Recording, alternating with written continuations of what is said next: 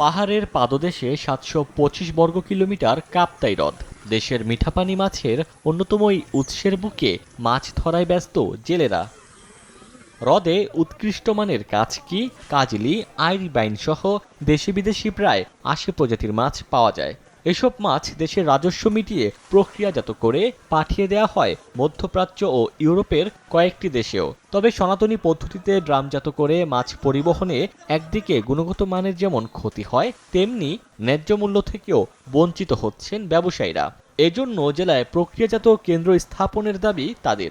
এতে আয়ও বাড়বে দ্বিগুণ। বিদেশের সাথে আমাদের কোনো সম্পর্ক নেই, আমাদের সম্পর্ক কোম্পানির সাথে। বিদেশে রপ্তানি করার উপযুক্ত মাছগুলো যাচাই বাছাই করে নেওয়ার পরে এটা মনে করেন চট্টগ্রাম থেকে মনে করেন যে যার মতো করে বিদেশে রপ্তানি করে। এগুলো বিভিন্ন দেশে যায় চট্টগ্রাম ফ্যাক্টরির মাধ্যমে। এদিকে বিষয়টির গুরুত্ব বিবেচনায় প্রকল্প প্রস্তাবনা পাঠানো হয়েছে বলে জানায় বিএফডিসি। আমাদের দেশে বিচ্ছিন্নভাবে কিছু ব্যবসায়ীরা এই মাছগুলো এক্সপোর্ট করছে। আমরা একটা কোরিয়ান কোম্পানি আমাদের সাথে যোগাযোগ করেছেন। এটার জন্য তাদের কাছে আমরা একটা প্রাথমিক ফিশ প্রসেসিং প্ল্যান্ট রাখার প্রস্তাব রয়েছে এবং এটা যদি হয়ে যায় তাহলে এখানে যারা লোকাল ব্যবসায়ী আছে তারা সম্মিলিতভাবে এখান থেকে মাছটা এক্সপোর্ট করার সুযোগ পাবে। ব্যবসায়ীদের তথ্য মতে রাঙামাটি থেকে প্রতিদিন প্রায় ৩ মেট্রিক টন মাছ বিদেশে রফতানি করা হয় স্থানীয় বাজারে, যার মূল্য প্রায় ১৫ লাখ টাকা।